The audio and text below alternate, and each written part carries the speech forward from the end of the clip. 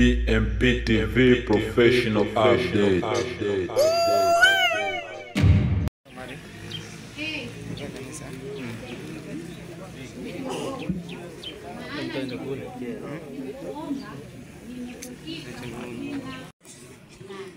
Imeandikwa kutoka Isaya 43 mstari wa kwanza, Luka 4 mstari wa kwanza.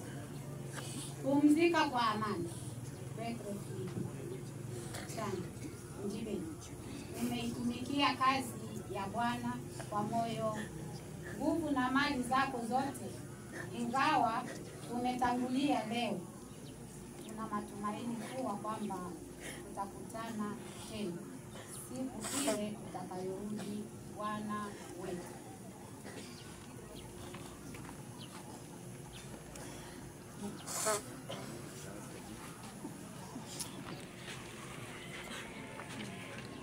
Pokea maua haya kwa ishara ya upendo. Amen.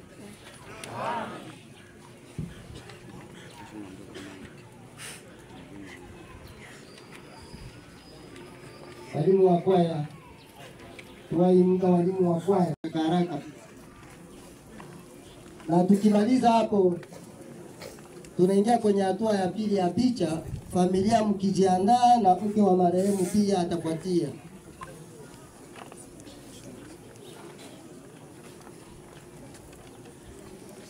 Mwalimu wende.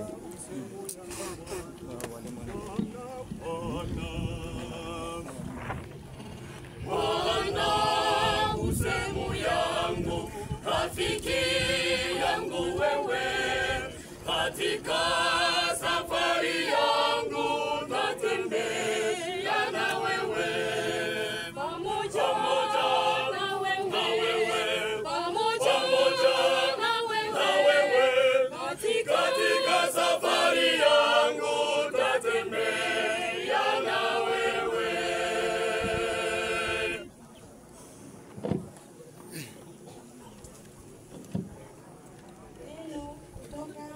Upande wa kwaya, Kanisa Jipya la Kimitume Tanzania, kusanyiko la Nyarugusu. Neno la kuagana. Wapendwa wana wa Mungu, majirani, wafiwa, marafiki na wote wanaomboleza pamoja na sisi, ni kwa masikitiko mengi kwaya ya Nyarugusu kukutakia yafuatayo. Kama vile nyota zitokeavyo asubuhi kwa nuru ya jua, ndivyo na wewe utakavyotokea, na kazi yako itakumbukwa daima. Mpendwa mtumishi na mwalimu kiongozi mstaafu wa kwaya yetu ya Nyarugusu, hakika kazi uliyoitenda ni kubwa na ya kipekee. Tatumaini kukutana siku moja huko paradiso, tukiwa wafalme na makuhani, kwa kuombea kwa Mungu ailaze roho yako mahali pema peponi hadi ajapo Kristo Bwana wetu. Wapendwa wote wanakulilia. Kwa niaba ya kwaya Rajabu Lusembe.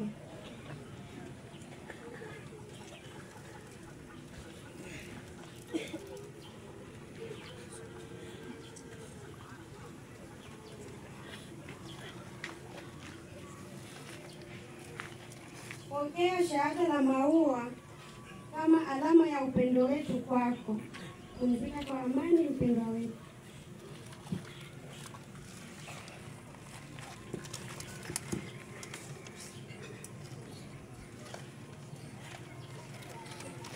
Makuhani wenzi wa marehemu wa safari, karibuni. Karibuni.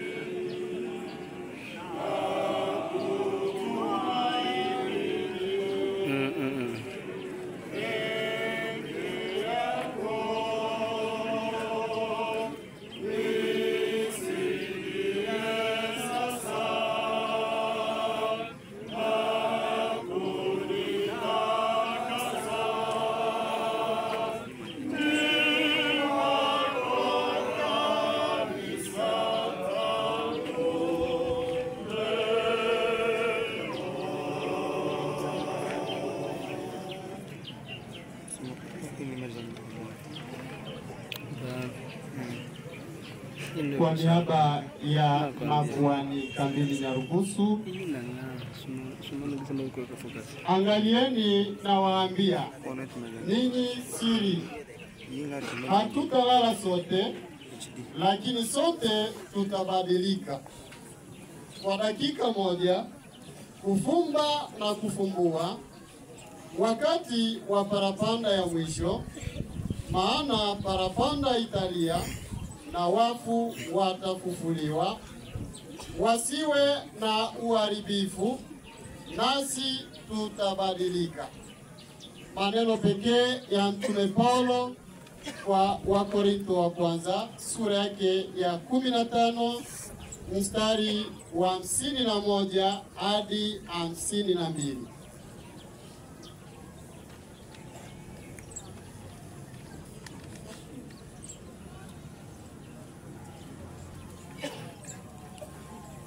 Kuhani mpendwa wa kazi pekee ya Yesu Kristo, mara nyingi umejitaabisha kwenye huduma hii ya ukuhani, iwe usiku iwe mchana.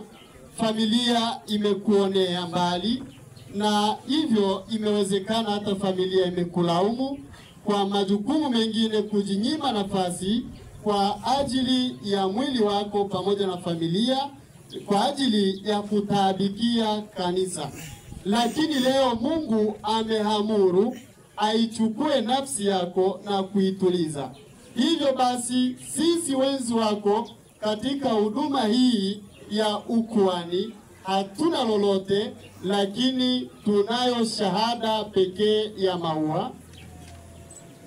Pokea shahada hii ya maua kwa ishara ya upendo wa kazi pekee ya Mungu ambayo umeweza kuishuhudia ndani ya mwanae mpendwa Yesu Kristo.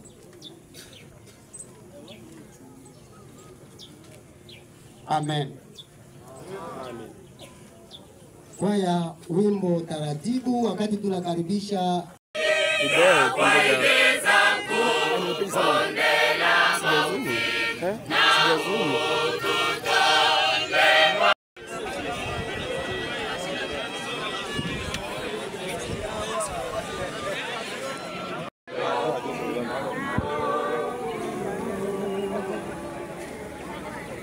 tutafungua na wimbo namba 17 katika safari yetu. Katika safari yetu, katika safari yetu kwenda mbinguni,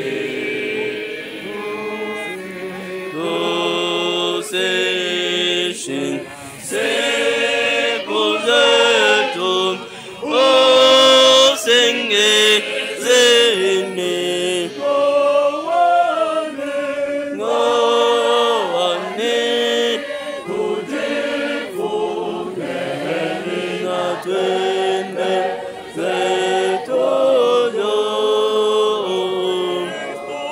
Kristo ni yake ongozi na tuongozi yako.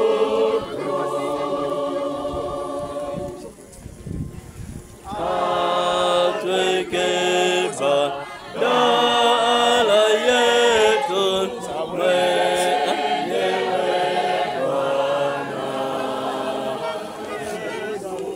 Yesu kiongozi wetu atapokea ngoane tujifungeni na twende zetu juu. Kristo ni yake kiongozi na tuongozi yofutu.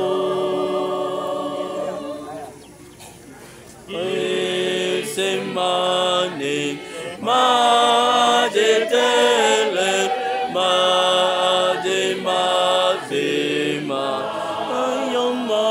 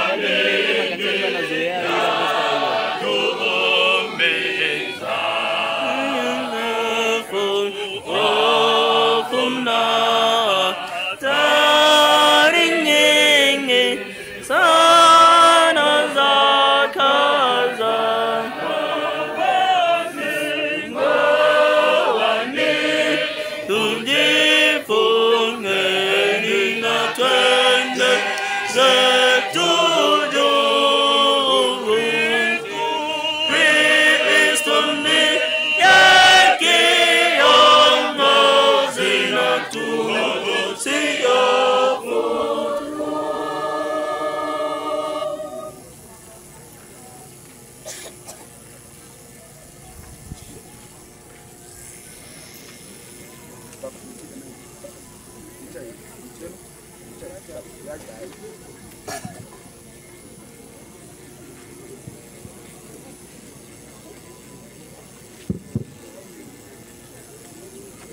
Nawaalika tufungue ibada kwa maombi na tuombe.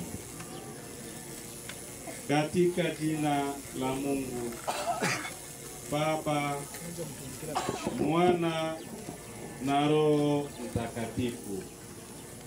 Mpendwa Baba yetu mwema, Mwenyezi wa mbinguni, Mungu wetu mwaminifu na mkamilifu uliye juu ya enzi zote, Baba wa Bwana wetu Yesu Kristo, Mungu wa utume na ndiye aliye Mungu wetu, twaja mbele zako katika alasiri ya nyakati ambayo peke yako umetambua nia na zumuni letu kupatikana nafasi hii. Wewe ni Bwana wa majira na nyakati. Ni wewe ulitambua siku ya leo tutapatikana nafasi hii. Kwetu wanadamu imekuwa ni mshtuko, simanzi na majonzi, lakini kwako mipango yako imekamilika. Baba, watambua mioyo ya wana wako kupitia majonzi na simanzi ambayo wamepatikana ndani yake. Mioyo ya wengi wamekata tamaa, wengi wamepoteza mwelekeo, na wengi wamepoteza dira ya maisha yao. Hivyo basi tukuombe uhurumie kila mmoja wetu, safisha maisha yetu, safisha mwenendo wetu, safisha dhambi na makosa yetu, ili Baba utupe nguvu mpya za sisi kusimama kwa nafasi hii na ndani ya maisha yetu tukuone wewe Mungu wetu. Wana wako wamepatikana mbele zako, wanatamani walishwe nawe kupitia kwako. Madhabahu ya neema imenunuliwa kwa ajili yao, basi jidhihirishe kwa wana wako. Onekana kwa wana wako, wakusikie wewe kupitia neno na andiko ya siku ya leo. Wakuone wewe kupitia somo na neno la siku ya leo. Liweze kuwa faraja kwa kila mmoja wetu na kutufanya kuwa na matumaini ya kuweza kuonana mara tena katika siku ya Bwana. Bariki umati wote ambao umekuja kuomboleza pamoja nasi. Bariki wote ambao wamegusika, uweze kuwa faraja kwa kila mmoja wetu. Bariki kusanyiko nzima ambalo limekutana nafasi hii kwa ajili ya tukio ili ambalo peke yako lilipanga liweze kutimia katika siku ya leo. Bariki kufuzi wa neno, bariki wote watakaochangia, lakini pia na wote wanaohusika katika njia moja au nyingine. Wote tuwakabidhi mikononi mwako, uwe msaada kwao. Ruhusu tuanze na amani yako na kumaliza kwa utukufu wako. Neno lako lipate nafasi ndani ya mioyo ya taifa lako ambalo limekutana nafasi hii. Iweze kuwa nafasi ya kipekee ya kila mmoja kuweza kuchukua hatua na azimio kwa ajili ya maisha yetu ya kiroho. Bariki madhabahu, bariki neno lako, bariki sote ambao tumepatikana nafasi hii. Tufanye tunie mamoja ili tupokee neno lako kwa furaha.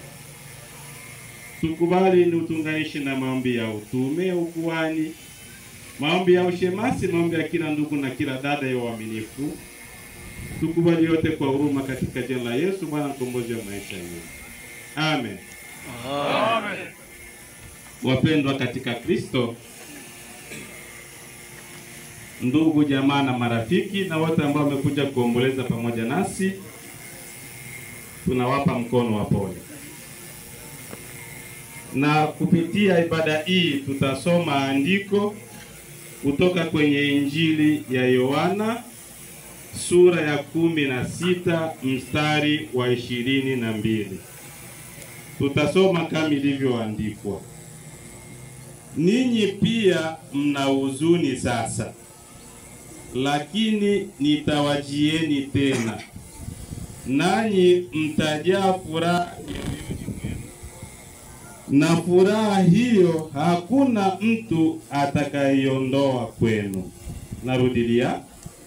Ninyi pia mna huzuni sasa, lakini nitawajieni tena, nanyi mtajaa furaha mioyoni mwenu. Na furaha hiyo hakuna mtu atakayeiondoa kwenu.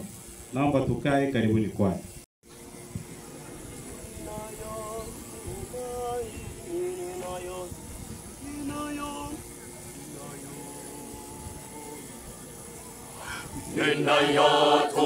Ninayotumaini yakufika mbinguni, na wewe ndugu yangu waonaje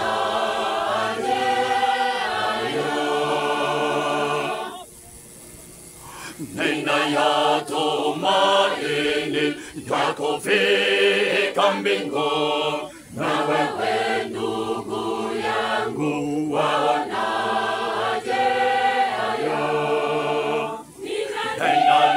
Kwako Bwana wangu Yesu niongoze, na katika njia yangu Bwana uwe kiongozi. Ninalia kwako Bwana wangu Yesu niongoze, na katika njia yangu Bwana uwe kiongozi. Dunia ya leo ina mambo mengi, tuweni kwa umoja kwa kumlaki Bwana. Dunia ya leo ina mambo mengi, tuweni kwa umoja kwa kumlaki Bwana. Ninalia kwako Bwana wangu Yesu niongoze, na katika njia yangu Bwana uwe kiongozi. Ninalia kwako Bwana wangu Yesu niongoze, na katika njia yangu Bwana uwe kiongozi. Kwa shairi nzuri ambayo imetuambia tunayo tumaini. Wapendwa katika Kristo, wabarikiwa wana wa Mungu, wageni na walikwa wetu, na wote ambao wamekuja kuomboleza pamoja nasi. Nafsi ya Baba imewalika nyote kwenye ibada takatifu. Somo la leo tumelisikia kwenye Injili ya Yohana 16 mstari wa 22. Hili somo au andiko imeandikwa na mtume Yohana, ambaye ni mmoja miongoni mwa wale tenashara wa Yesu. Maana mitume ni wengi, lakini Yohana ni mmoja miongoni mwa wale tenashara wa Yesu. Ina maana wale 12 waliotembea, walioishi, waliokula pamoja na Yesu. Na haya maneno sio maneno ya Yohana, yeye amenukuu maneno ya Yesu. Haya ni maneno ya Yesu peke yake. Na haya maneno ya Yesu ameyaongea akiambia mitume wake, wakati alipotambua muda wa yeye kuachana na wao umekaribia. akawa na mawaidha au maneno ambayo aliwaambia ili angalau yaweze kuwapa faraja na matumaini. Maana tukisikiliza katika hii andiko ambayo tumesoma, mna neno faraja, mna ahadi, lakini mna furaha isiyozimika. Tukinyambua vizuri haya maneno, tutaona mna maneno ya furaha, mna maneno ya faraja, kuzimia mioyo, wasiweze kukata tamaa, wasiweze kuishi kama watu ambao hawana matumaini. Hivyo basi, kupitia hiyo andiko imetupeleka sisi kusoma au kujifunza neno kuhusu matumaini. Katika andiko hii tutanyambua baadhi ya vipengele ili tuweze kuona, je, mna faraja? Je, mna ahadi? Je, mna furaha? Kwa sababu katika maisha ya kibinadamu nina imani sote tumekata tamaa. Nina imani sote tumevunjika mioyo. Nina imani sote tumehuzunika. Na hiyo huzuni haijaanza kipindi chetu, hata kipindi hicho.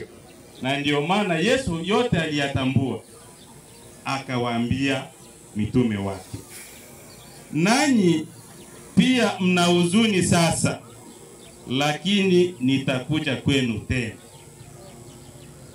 Hivi mwanadamu anapoona jeneza mbele yake, ni lazima atahuzunika. Hilo silo jambo la kupingika. Kila mmoja amehuzunika kuona jeneza ya ndugu yetu, rafiki yetu, mwenza wetu ambao tuliishi naye na sasa ametoweka. Hilo limefanya watu kuwa na huzuni, na wengine wanatoa mpaka na machozi.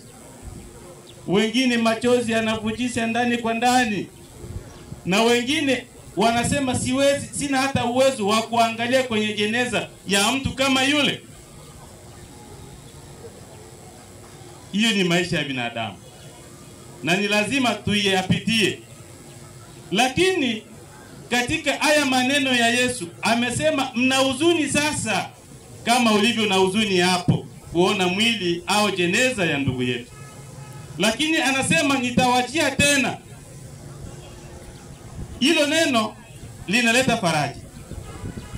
Lakini si kwamba ndugu yetu tena atakuja kwetu tukamuona kwa mwili wake, kwa macho yetu tulivyomfahamu ni mitume wake. Tukisoma kwenye Injili ya Yohana 20:19 hadi 20. Baada ya Yesu kufa, mitume walijifungia sehemu wakihuzunika. Wengine wakijiuliza, tutaishije katika hii dunia? Tutaishije katika huu mji wa Yerusalema? Lakini alitambua na akajitokeza kwao, akawaambia amani iwe kwenu. Kwa hiyo Yesu kupitia andiko ya siku ya leo anatuambia amani iwe mioyoni mwenu. Japo tupo mbele ya jeneza ya mpendwa wetu ambaye tulimpenda zaidi, lakini bado tuna matumaini ya kuonana naye kwa wale ambao wataishi wakiongozwa na neno la ubiri au neno la Mungu. Lakini andiko pia imeendelea, imetuambia na furaha hiyo hakuna mtu atakayeondoa kwenu. Hiyo furaha ambayo sisi tutakuwa nayo au tutaipata, hakuna mtu mwingine. Japo mpendwa ametuacha katika mazingira ya kimwili, lakini tuna matumaini tutaishi naye katika uzima wa milele. Na Mungu atubariki. Amen. Amen. Waimbaji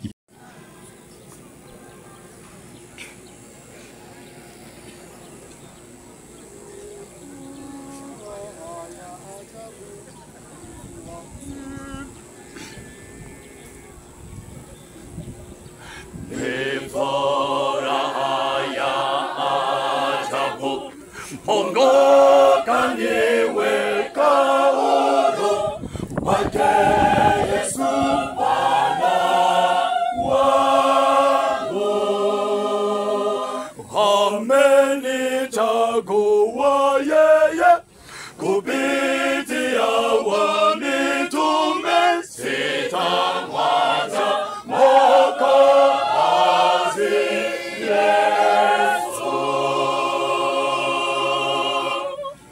enyi jamaa ambao mmepigwa na msiba, ndugu, marafiki, kanisa la Yesu Kristo, ni katika moyo wenye kuguswa zaidi kuachwa na mpenzi wetu ambaye tulitumika naye, lakini neno la faraja limebubujika kwenye madhabahu takatifu na linanipanguza mimi machozi, kwa sababu aliye Bwana wa faraja ni Bwana wetu Yesu Kristo, ambaye anapanguza machozi ya wale wanaolia. Yeye aliyeita huyu Filipo kuwa mtumishi wake, yeye aliyemchagua huyu kuwa mtendakazi nyumbani mwake. Hili neno sijui kama limewagusa na nyinyi kama jinsi limenigusa mimi. Neno kuwa na tumaini. Wakati huko katika hali ya kunyanyasika, hali ya huzuni, hali ya changamoto, lakini unaletewa faraja. Asante kwa Mungu aliyejua baraka kupitia madhabahu iliyo takatifu. Yesu anasema atarudi tena na atakuwa pamoja na wale ambao walidumu kuishi mafundisho yake. Wakati kiongozi ibada amesimama na anatamka haya maneno, naenda kuona sura ya wakimbizi kambini. Kuna vikundi vya watu walioingia katika kambi, na huku waliofika mbele wana matumaini kuzidia ya wale waliofika jana na wanaofika leo. Matumaini inakuwa tofauti ya kwenda Marekani. Haiwezekani wewe unafika leo na kesho uingie gari ya OEM uende Marekani. Yule aliyefika mapema ana tumaini kubwa kuzidia huu ambao umefika leo. Na kwa sababu ya hiyo, katika njia ya imani ya kwenda kumuona Yesu Kristo ili tupate faraja, tupate amani, tufurahi, ni mpaka tu upitie vipengele vya huyu Yesu alivyoviachia mitume wake. Ubatizwe kwa maji na kwa Roho Mtakatifu, uendelee kulisikiliza neno, uendelee kusamehewa dhambi zako, uendelee kula mwili na damu ya Yesu Kristo. Na hivi upatikane mkikundi cha wale ambao wanaweza kuwa na matumaini ya tukio nzuri ya kuja kwa Yesu, kuja kuchukua furaha ya milele. Njia ni hii, njoo ukajiandikishe kwa Yesu Kristo ndani ya mitume wake, ili ukuwe na matumaini ya kufufuliwa kwenda kumuona Yesu jinsi alivyo na marehemu wote waliotangulia. Amen. Amen.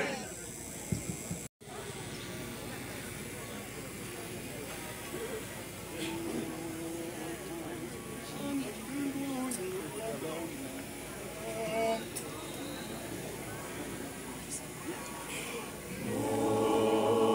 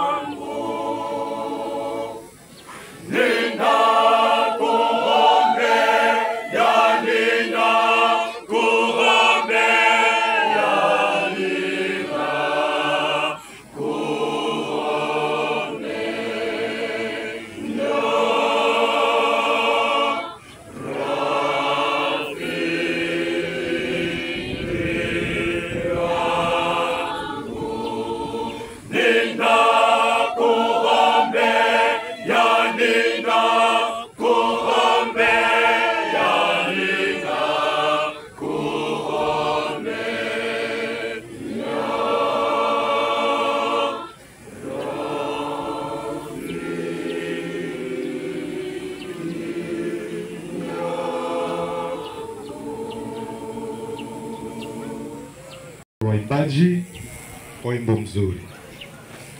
Wapendwa ndugu zangu wote mliojumuika alasiri hii mahali hapa kwa nia na lengo moja la kuja kumsindikiza mpendwa ambaye tuliishi naye kwa muda mrefu, tuliishi naye kwa upendo, kwa amani, na hicho ndicho kilichotuleta mahali hapa. Wapendelevu wangu, katika maneno ambayo mtumishi wa Mungu ameweza kutufundisha, ambaye ni msimamizi wa ibada hii, kuna neno moja ambalo limenigusa, neno la matumaini. Wapendwa, matumaini siku zote ni neno linakuja pindi mtu amekata tamaa. Na kweli kabisa tulio wengi hapa tumekatishwa tamaa na kuondoka kwa mpendwa wetu. Lakini pamoja na hiyo, vile vile hata na sisi tu ndani ya safari hii, kwa sababu maandiko matakatifu yanasema kwamba maisha ya mwanadamu aliyezaliwa na mwanamke ni chache, siku zake si nyingi. Hivyo inatonyesha ya kwamba sote tupo ndani ya safari. Lakini matumaini ambayo tumeambiwa leo ni kwamba Yesu Kristo atakuja kuchukua wale ambao wamejiandaa kwa ajili ya ujio wake. Sasa swali ambapo nitakuuliza mpendwa ndugu yangu uliopo mahali hapa, je, Yesu Kristo atakapokuja siku hiyo atakukuta ukiwa katika hali gani? Mtumishi wa Mungu amesema ya kwamba atakuja kuchukua wale ambao wamejiandaa kwa ajili ya kuja kwake. Ina maana wale walioishi kulingana na neno lake. Neno lake linatuambia nini? Mpende Mungu na mpende jirani yako kama nafsi yako. Je, katika maisha yako hayo ndio unayoyaishi? Na ikiwa unaishi bila kumpenda Mungu, unaishi bila kumpenda jirani, mpendwa, utambue ya kwamba hata kama ungeitwa wewe ni mtu mkubwa kiasi gani, watu wanakuheshimu kiasi gani, Yesu atakapokuja hauna nafasi katika ufalme wake. Hivyo ni pengele muhimu sana katika ujio wa Yesu Kristo. Tuzingatie upendo kwa watu wanaotuzunguka, tuishi nao kwa amani, na hivyo tutamfurahisha Yesu atakapokuja. Bwana abariki machache haya leo na hata milele. Amen. Wapendwa, nina imani kila mmoja amefuata hao watumishi kwa makini. Na kama tumewafata kwa makini, tumechukua angalau kila moja kwa kimoja au viwili ambavyo waliongea kwa ajili ya maisha yetu. Haya yote si kwa ajili ya mpendwa wetu tena Filipo ambaye ametuacha. Hapana. Ni kwa ajili yako, kwa ajili yake, kwa ajili yangu, kwa ajili yetu. Tayari yeye katika hii dunia amemaliza safari. Kinachomsubiri sasa matendo yake, ataambatana naye.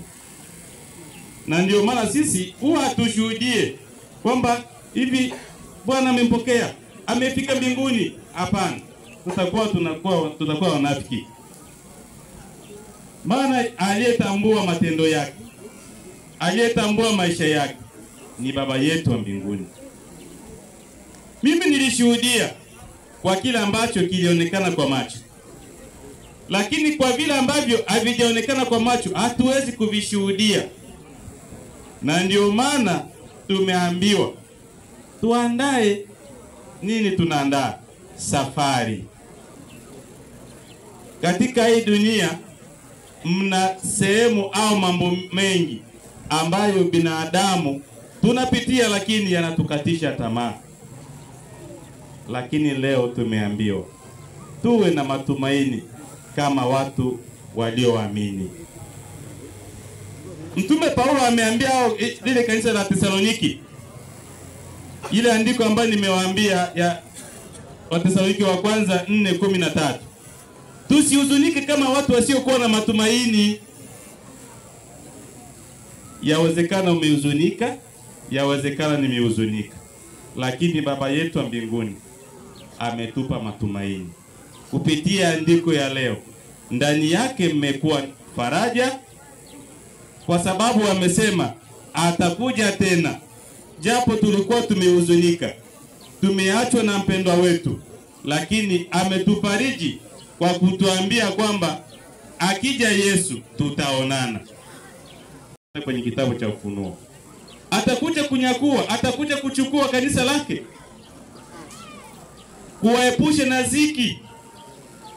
Wale ambao wamejiandaa ndo atawaepusha na hiyo ziki.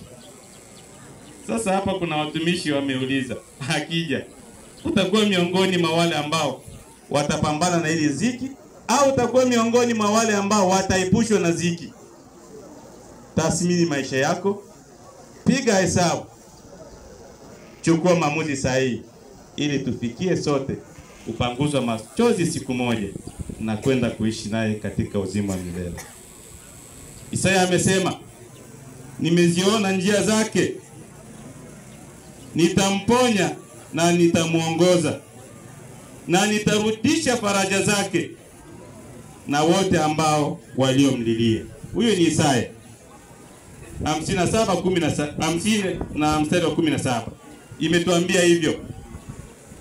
Ameona maisha yetu sisi, ametambua ziki zetu, anatambua mienendo yetu, lakini anasema atakuja kutupa faraja pamoja na wote ambao wanaoambatana nasi katika vilio vyetu. Basi hivi tusaidie, itufanye kila mmoja aweze kutathmini maisha yake na kuchukua hatua ili tufikie kuingia na kuonana siku moja na mpendwa wetu Filipo ambaye ametuacha siku ya leo. Na Bwana tubariki. Amen. Amen.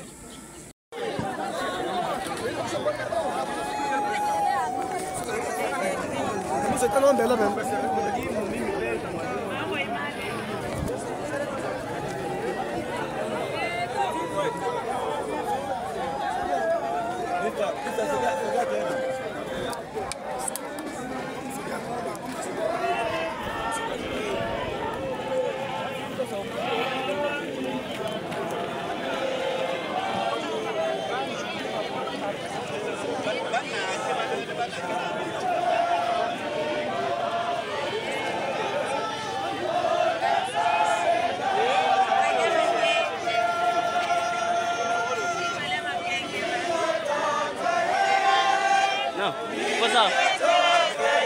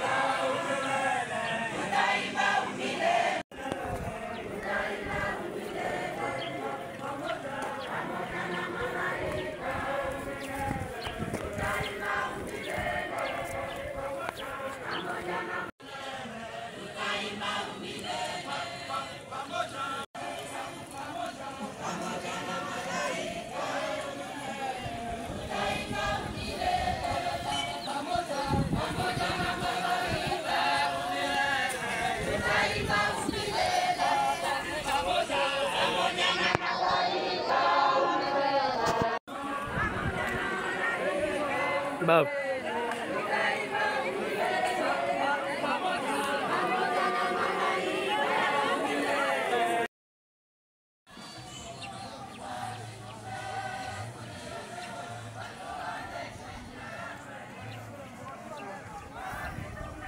Kama nataka tumuonekane msimu yangu.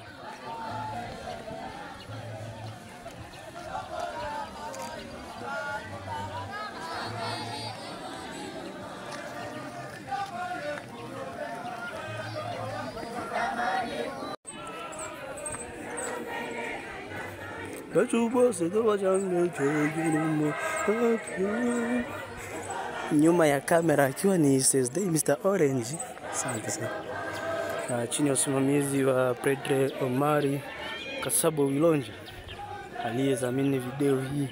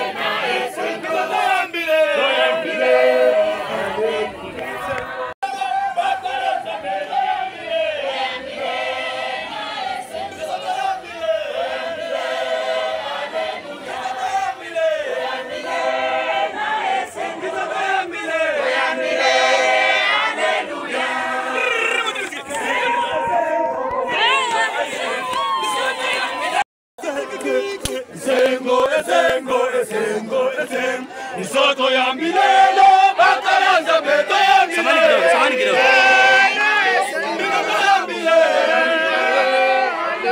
Basere mtoke hapa, mtoke hapa. Samani kwa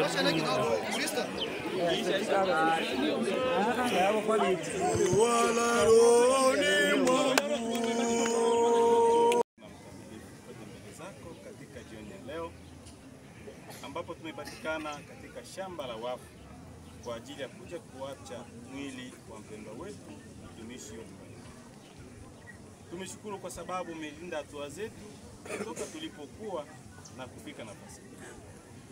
Tumeshukuru kwa sababu umetupa usalama wako na uhai wako, lakini vile vile afya njema ya miili na nafsi. Na sasa nafasi hii tunatamani kuweka mwili wa mpendwa wetu katika makao yake ya mwisho. Tuomba baraka zako ziandamane pamoja nasi.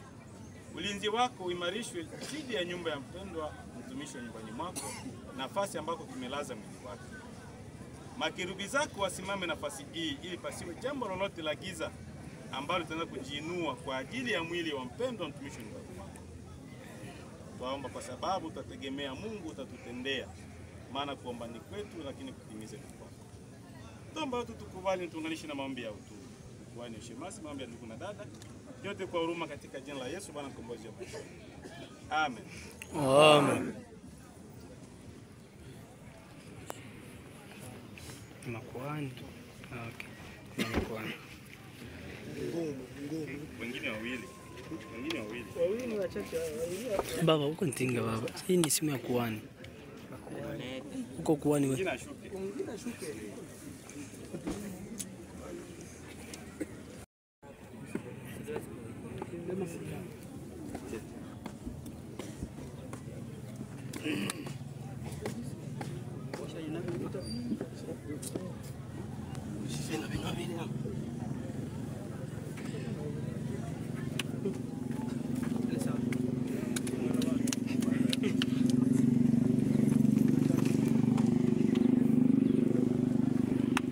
Samani kidogo. Ni simu ya kuani, si tingi. Ya kuani na wangu ni responsable tena yeye ndio kiongozi wake.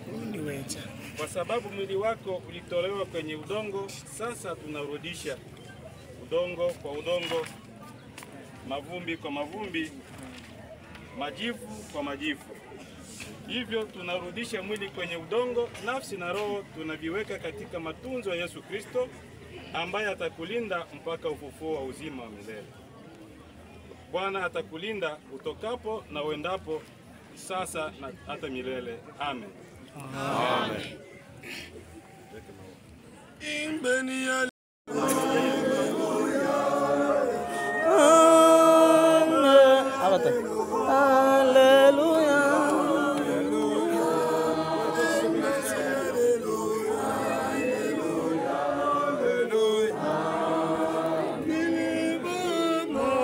mimi singezaliwa. Ningelifahamu mimi singezaliwa. Mimi singezaliwa mu dunia ya mateso. Mimi singezaliwa mu dunia ya mateso. Imbeni haleluya, imbeni haleluya, imbeni haleluya, imbeni haleluya, imbeni haleluya, imbeni haleluya, imbeni haleluya, imbeni haleluya. Mimi singezaliwa, ningelifahamu mimi singezaliwa. Mimi singezaliwa mu dunia ya mateso. Mimi singezaliwa mu dunia ya mateso. Imbeni haleluya, imbeni haleluya, imbeni haleluya, imbeni haleluya, imbeni haleluya, imbeni haleluya, imbeni haleluya, imbeni haleluya. Amen. Ninashinda robotwa, nina bilamanya, inashinda robotwa, inashinda robotwa, mebalo ya tososo, inashinda robotwa, mebalo ya tososo. Tokembe haleluya, tokembe haleluya, tokembe haleluya, tokembe haleluya, tokembe haleluya, tokembe haleluya, tokembe haleluya. Ningezaliwa, ningelifahamu mimi singezaliwa. Mimi singezaliwa mu dunia.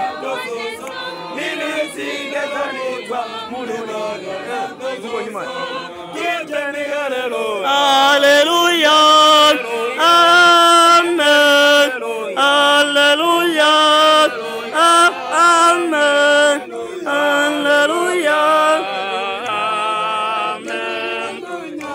Inasina robotwa, ninalomanya, inasina robotwa, inasina robotwa, mebalo ya tososo, inasina robotwa, mebalo ya tososo. Tokembe haleluya, tokembe haleluya, tokembe haleluya, tokembe haleluya, tokembe haleluya, tokembe haleluya, tokembe haleluya, tokembe haleluya.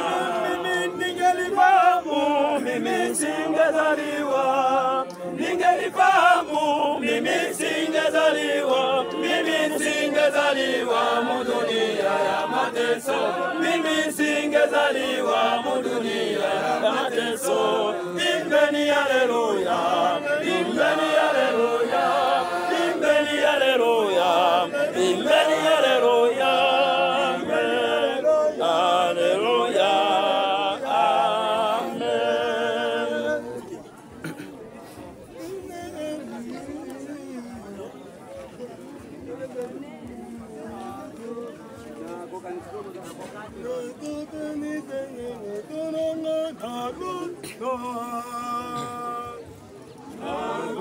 Kanisa tenzotonanga yango exama bene kasibo ini simi ya prêtre ya seko